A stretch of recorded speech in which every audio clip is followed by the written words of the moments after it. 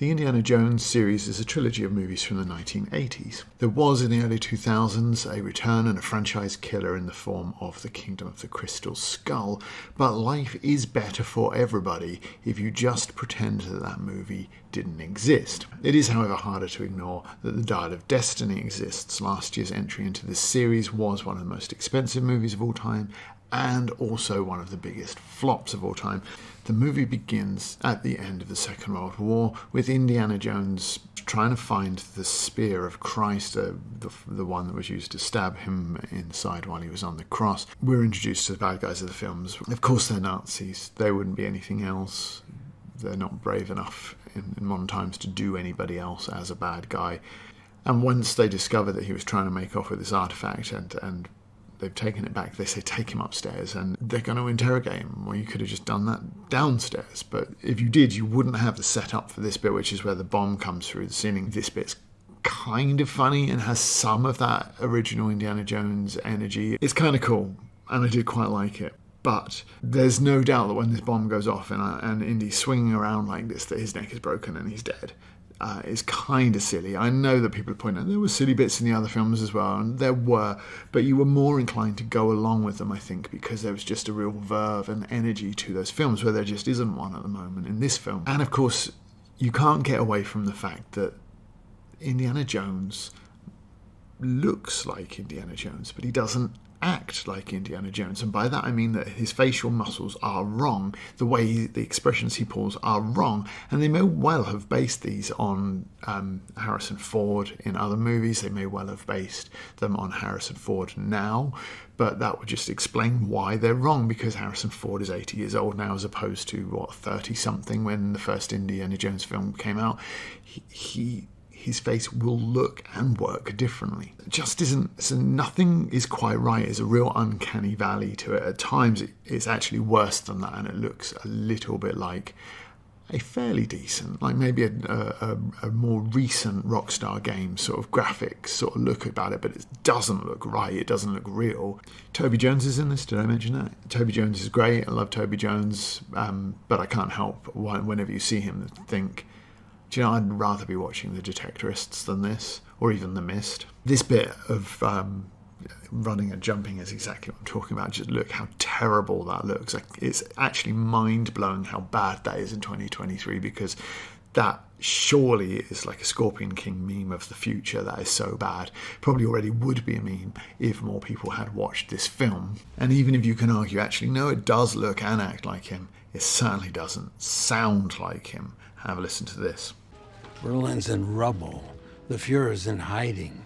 So now the Nazis pull the switcheroo, because the MacGuffin is not the MacGuffin that they were looking for. The Lance thing is a fake, but nobody cares. They want this Greek thingy that Archimedes invented that's going to allow them to travel through time. And Indiana Jones is going to attempt to stop the train and get the thing back. But as he's doing that, it's full of Nazis, and he observes too many Nazis. But what there's a definite surplus of is talking. Indiana Jones feels the need to be talking all the time, which is a problem when you don't sound like yourself and your voice isn't coming out of your face but out of some sound booth somewhere.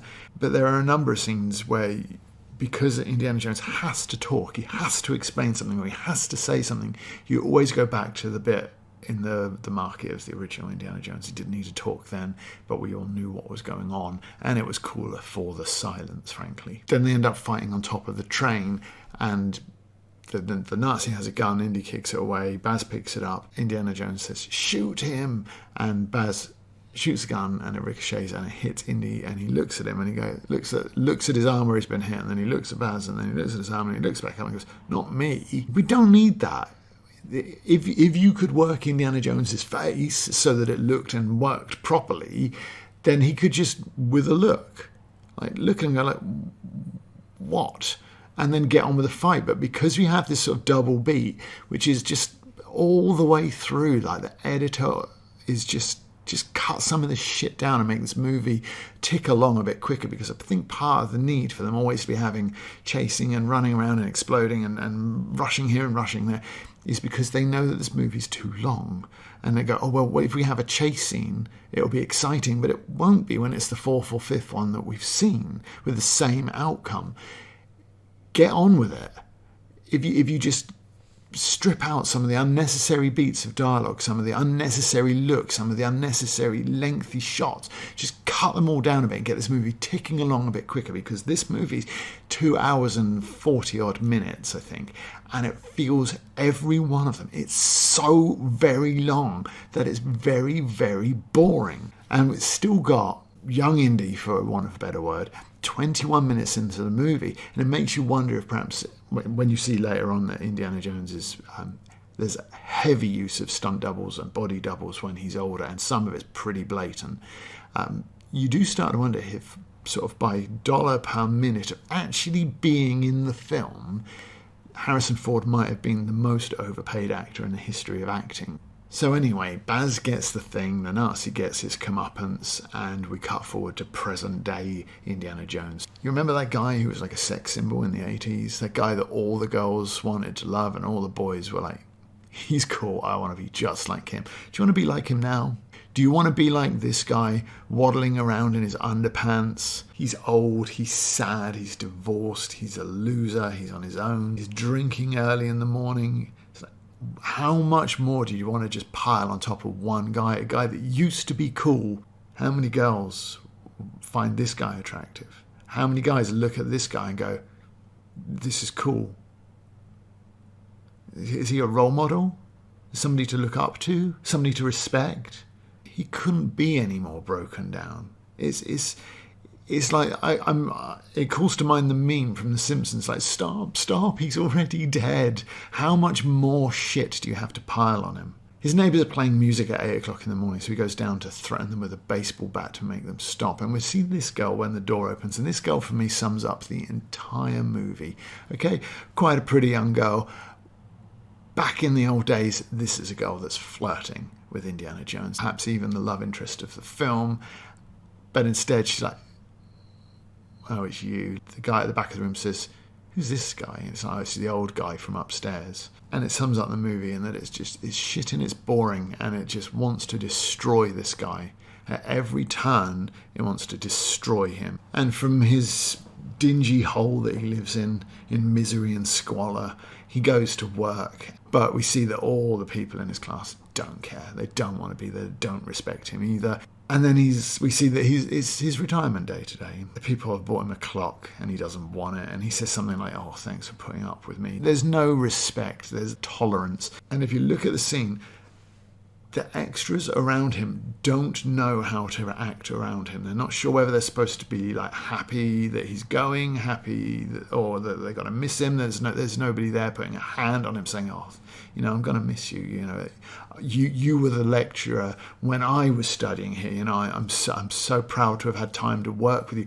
There's none of that. There could have been some positivity for him, but there's not. There's just like sort of awkwardness all the time. We see that Marion is divorcing him, so why couldn't he be going, actually, I'm taking early retirement. I'm retiring through my choice because Marion and I are going to go and travel the world or something like that together. We're going to try and save our marriage. We're actually going to try and work at it.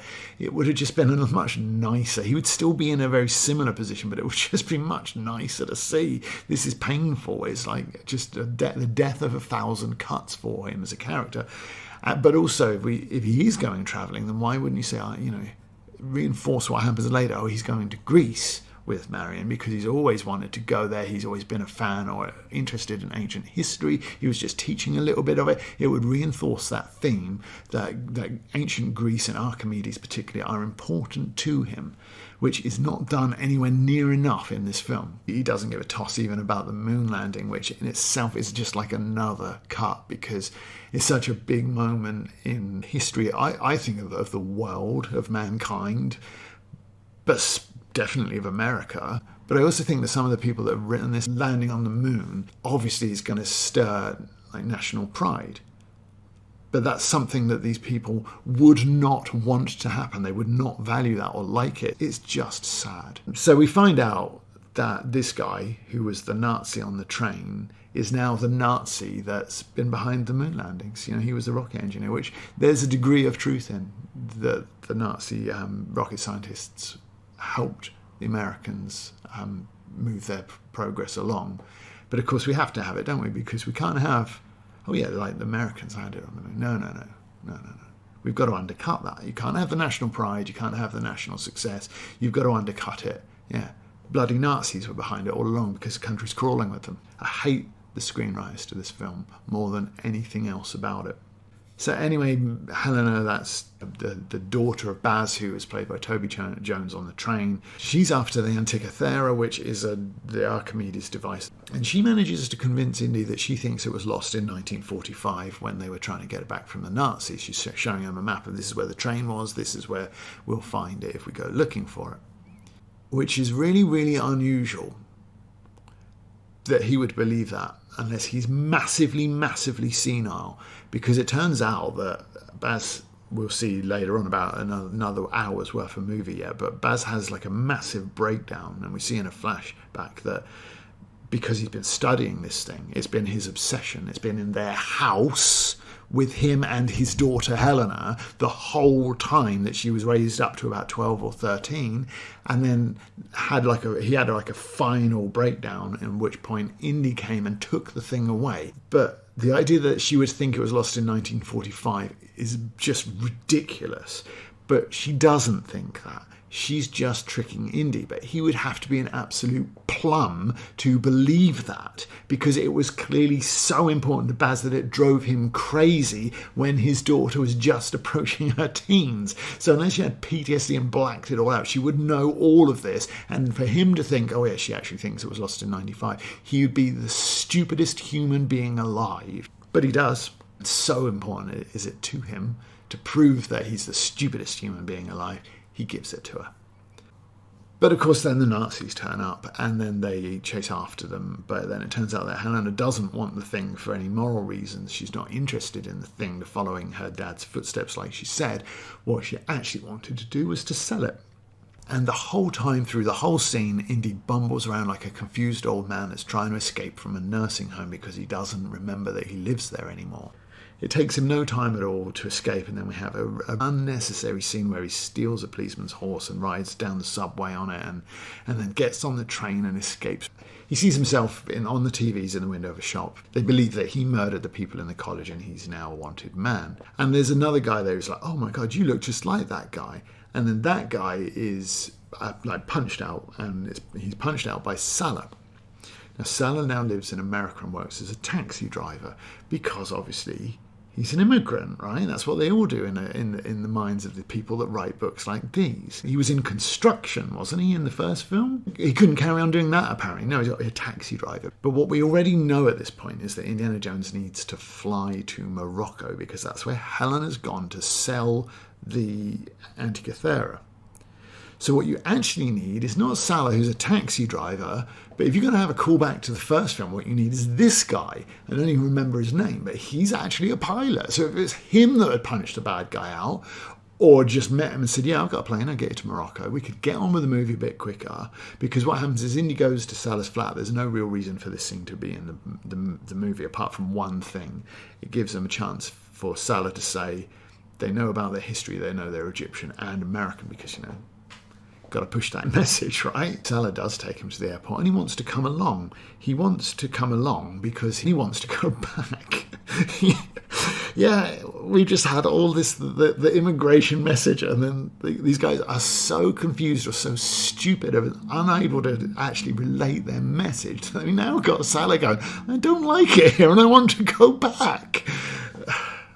But Indy leaves without him, despite being wanted for murder. I'm the whole time I'm going, he's just going to get on the plane, like a chartered plane, and fly out of the country when he's wanted for murder. Shouldn't that be some sort of inconvenience? But he does say something that's finally, nearly 40 minutes into the film, he finally says something that is accurate. He says, this isn't an adventure. And he's right. It's just such a laboured mess and so boring with it. You could never, ever describe it as an adventure. But he gets to Morocco, and we also meet Short Round. Only it's not Short Round because they can get Short Round or somebody else to play Short Round, so they've gone with slightly taller Round, whose name is Teddy. And Teddy's learning to fly with like some old bottle tops and stuff. This is going to be really important, obviously, later in the film. Like, obviously, this is going to be really important. But it wouldn't need to be, would it? If Indiana Jones's friend was a pilot, and all you had to do was not have Salah. But you could have Salah in this bit, because Salah lived in Africa. So we're now in Morocco. So yeah, it was he'd have to travel across the north of the continent, but he could be in this bit if you had to have him in it. But he had to be in the other bit to be an immigrant. It was unnecessary to the plot. It was just another laboured scene that dragged this running time up well above where it ought to be for no reason other than message. There's a stupid line that everybody hates about, you stole it, then I stole it, then you stole it back. That's called capitalism. Well, no, it's not. It's just theft, which you would get under any political regime. But again, our writers have a message and they don't care how stupid they look, they're going to push it. And then, like, all hell breaks loose at the sail, as you'd expect when Indy comes in and they're running around in the sea, chasing, and there's a bit extra complication that one of Helena's old boyfriends is a gangster in the city, and they're part of the chase as well, and the chase just goes on and on and on and on. And if you're not bored by it, then great. You enjoy watching, like, things going up and down streets. Fast and the Furious movies will do that for you, and they'll do it better. So start with number 1. You've got 10 of them to watch. They pull alongside the car. By this time, the Nazis have arrived and they've stolen the Greek thing again, Antikythera. So they're racing alongside his car in a tuk-tuk, and Indy leans into the car, grabs hold of the Nazi, and he says something like, "Come on, give me the machine." Like he's going to go, "Oh, is that what you're here for? Oh, here you go then." All this chasing around and shooting was so unnecessary. If I just knew that was what you were after. I don't need it, have it. Come on, give me the machine. That's going to work. Why would you say that? Why would you include that as dialogue? Just, these screenwriters are fucking morons. It's just another Indy line, because most of this is done by Indy's stunt double and Harrison Ford's not required. So they go, well, but we have to reinforce that it's Harrison Ford, so we just dub a load of lines in from him. But it just doesn't need any of that. Indiana Jones is not that talkative in the other films. The Nazis steal the thing, and off they go with it. But while they've gone, Helena and Indiana Jones are like sitting down talking. They have to find a thing that tells them where the other half of the machine is. Yeah, the one MacGuffin turned out to be a red herring, and then the other MacGuffin is only half of the MacGuffin, and they need another MacGuffin to get to the MacGuffin. These screenwriters are idiots. They decide, do you know what? The other half of that must be near Syracuse, because that's where Archimedes lived. And then he goes, we're going to need a plane. I just wanted to cry. If you'd had this guy, this movie would have been half an hour shorter at this point, because you'd have had a plane and a pilot when you needed one. And later on in the film, when you need another one, you would have one. We were an hour and 15 into the film at this point. I was going slightly crazy, and I decided that I would take a break. And I wanted that break to be the rest of my life, but I'm a glutton for punishment, and I did come back. And I came back to see a historian and an amateur historian. And they're talking about a Roman ship that sank off Greece during the invasion of Syracuse, and she said it sank with the bodies of 100 centurions on board. I bet it did. The centurion is the guy that leads 100 men. So did they leave the other 100 men out? Like, yeah, you stay on the shore, and what we're going to do is a bit like the army turning up, and they go, right, I want every sergeant major, but nobody else on this boat. 100 centurions, otherwise it's 10,000 people. Of course the boat's going to sink. But anyway, yeah, 100 centurions. They say it twice so that you're sure that they don't know anything about what they're talking about. And you hope that it's supposed to be in there to make Helena look stupid and not because the screenwriters are stupid. But, you know, it's very debatable. Helena, at the start, had like a card trick. And she's showing Indiana Jones the card trick again on the boat. And this is because he hasn't been demeaned for 5 minutes. So she shows him the card trick and then she says, oh yeah, what you do is you trick the mark. That's you. Right, okay, but this card trick is going to pay off, right? There's going to be a life or death situation in the final act of the movie where she's going to be like, pick a card, and it's going to be, if nothing else, a distraction, right? Because otherwise, why would you show her doing the card thing twice? It has to have a payoff. It's like it's not just Chekhov's gun, it's Chekhov's arsenal. But you don't fire any of the guns because she never does it again. It's a little bit like, because now they're on a boat and they're going to go down and find this sunk ship. And they go, oh yeah, by the way, the 4 cables for the 4 people going down, you'd better not cross the cables because that could be bad. So why would you say that? Because they don't do it. You could just show them going down and cut 15 seconds of your movie and just get on with it.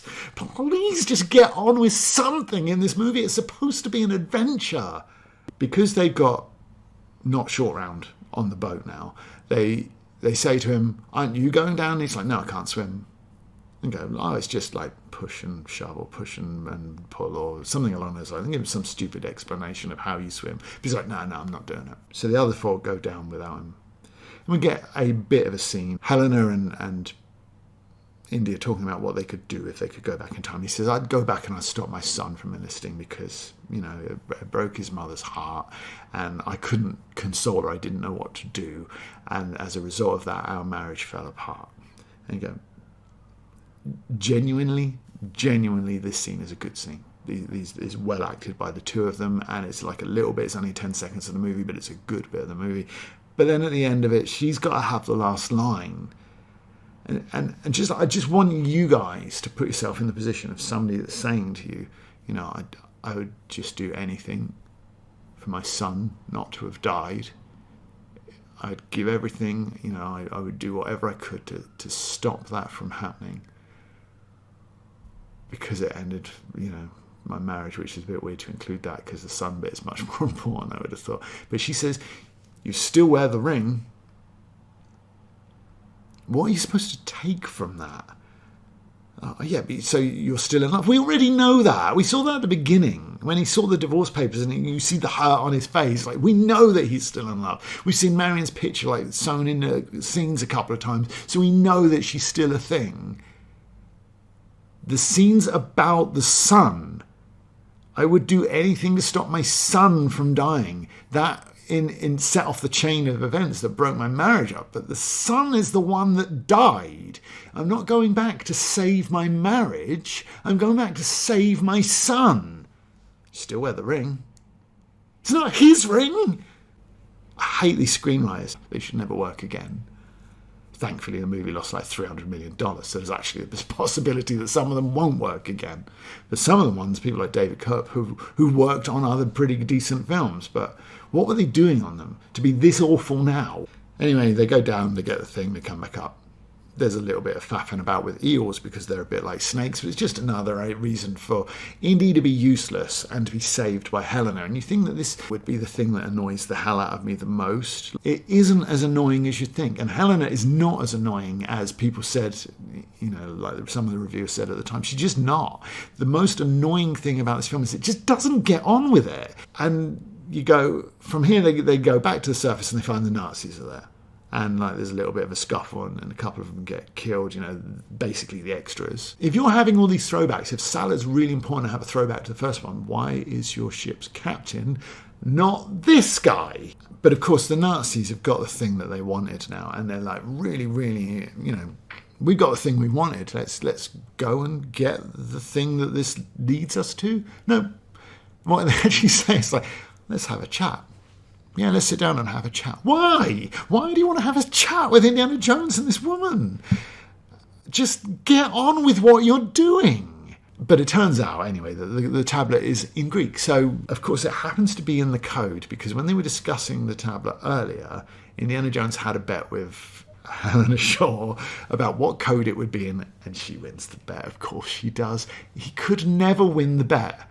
But it's important to be thinking about, as we're going forward in the review, that if Indiana Jones is not here for his brains, for his experience. What is he here for? Phoebe Waller-Bridge is doing all the action. So far, he's been a hindrance. She's had to rescue him from the sunken ship because he panicked with the eels were on him. Anyway, they set up a stick of dynamite, not short round, and Helena and Indy, they jump on the Nazi boat and off they go.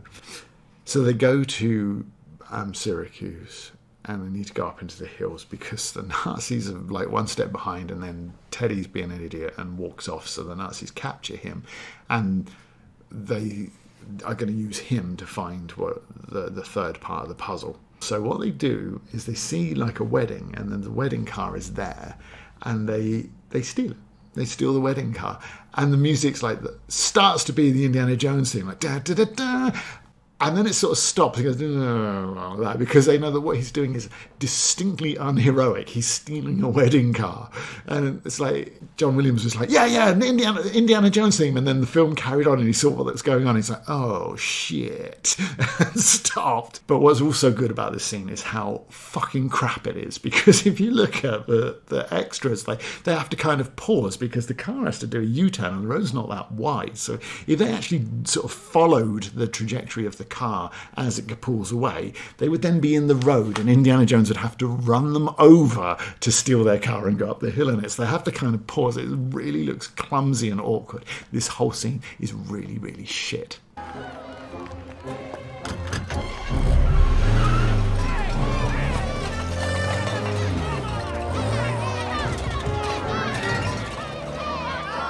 But they go up to the temple on the top of the hill, and there's a tour guide, and the tour guide is saying how there's lots of colonising queens that set things up in Sicily.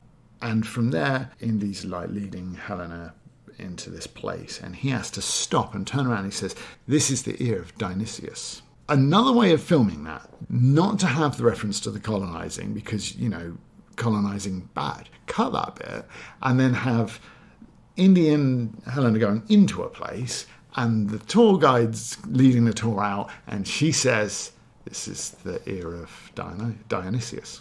And what you would have is the exact same useful content to your movie, but in half the time, because this movie's so long.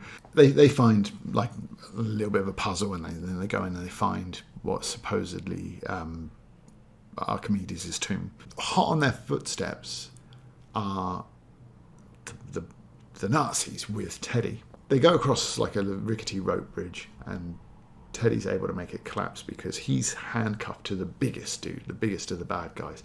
And they fall in the water, and the current takes them away, and then there's a little opening in a grill that Teddy's able to get through. And then he straight up murders this big guy by handcuffing him underwater to the grill. He's like going to drown. Thanks, Teddy, you're a hero. But Teddy then surfaces in this river underground, and of course he can swim now. He just push and pull or whatever that he was told earlier. It just works, and he can swim now.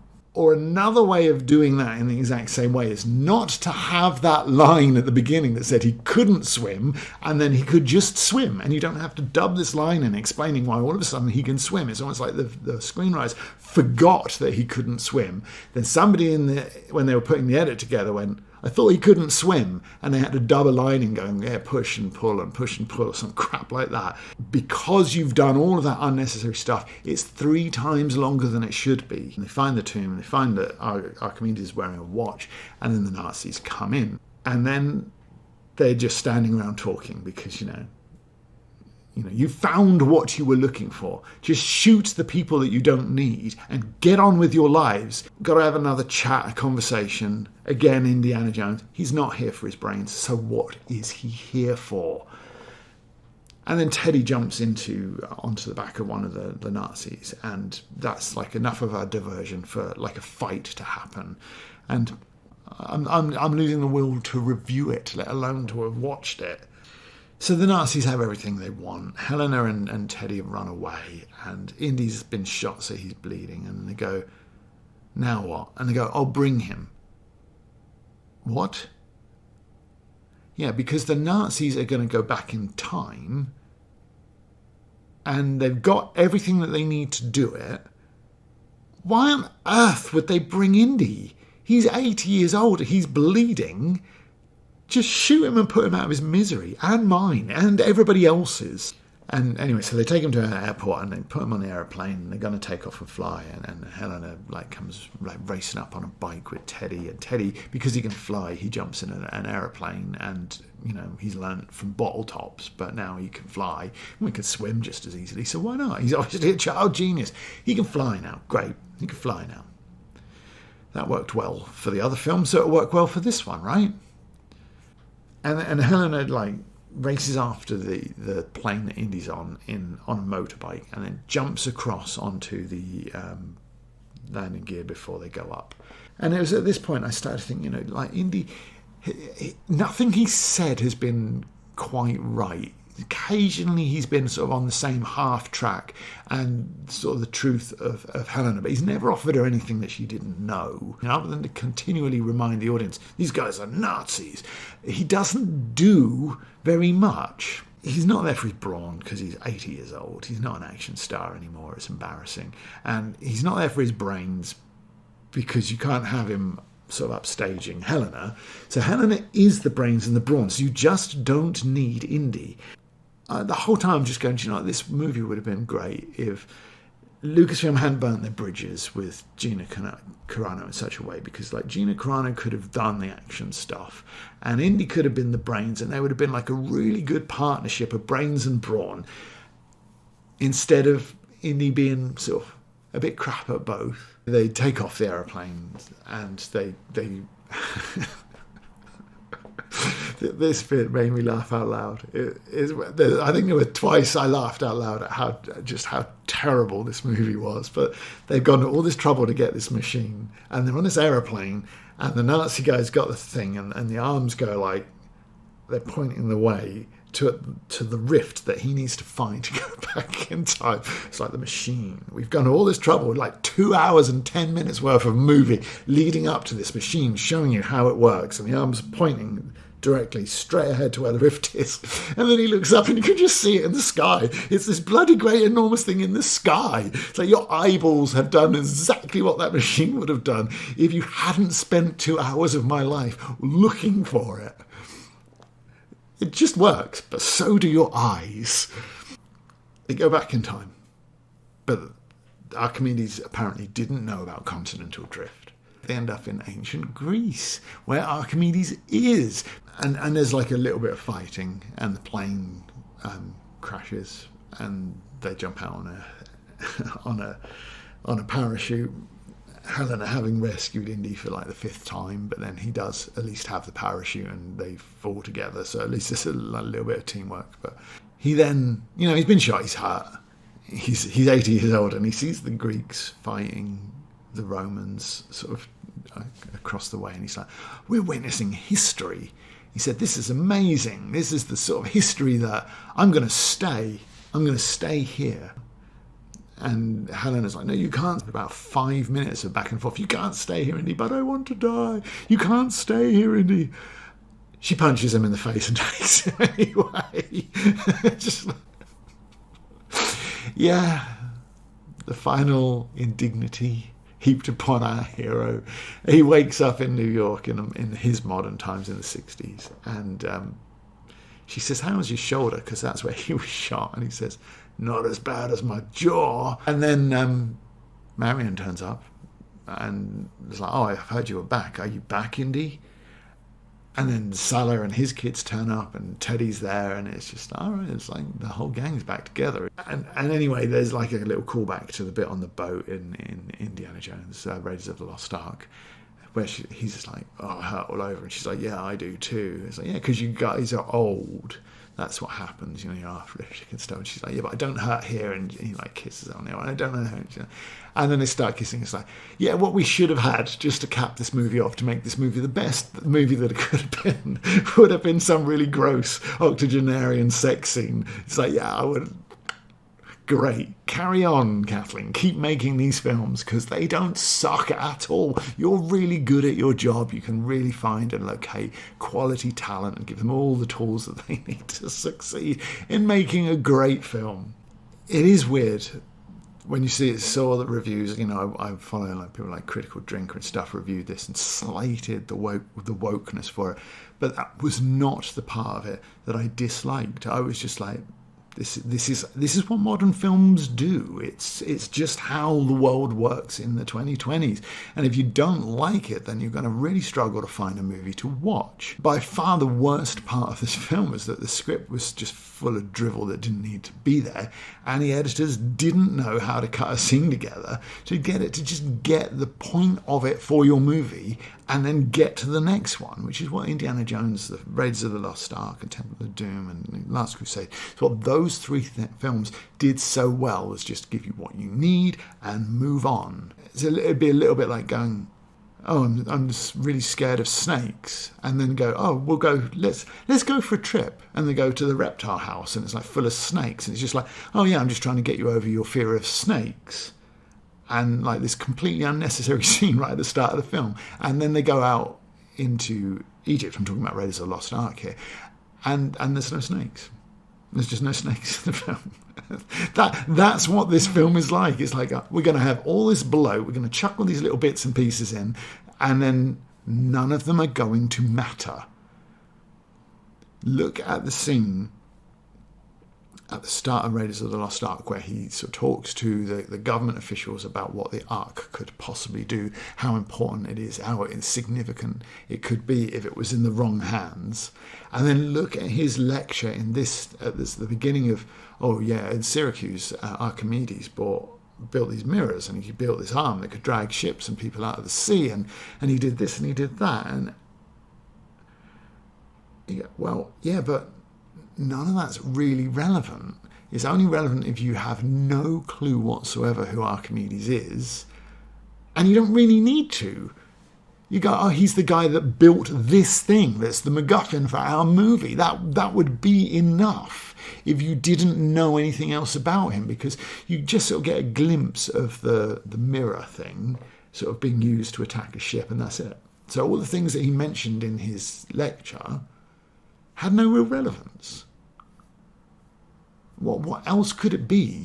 We see Archimedes with his like two helpers in the city, and he's building the Antikythera. So you don't need to go, let's go out into the city and see the mirrors and see the arm, which we didn't anyway, to know that it's him.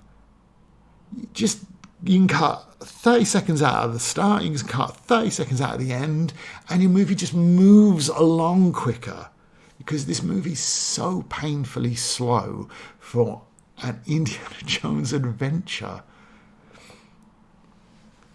Looks like a computer game, but it feels like the longest, crappiest cutscene in history.